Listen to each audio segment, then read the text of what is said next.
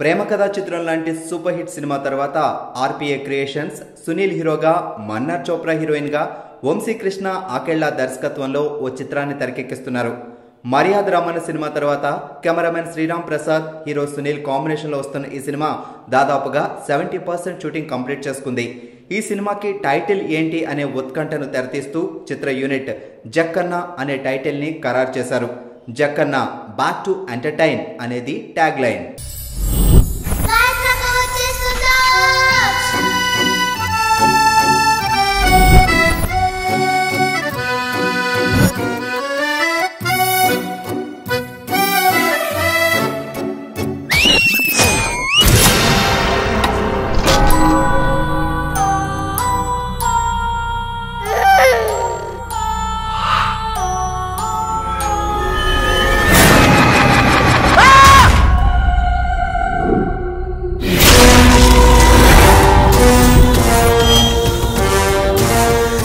Teaser చూసానికి కారిపోయింది.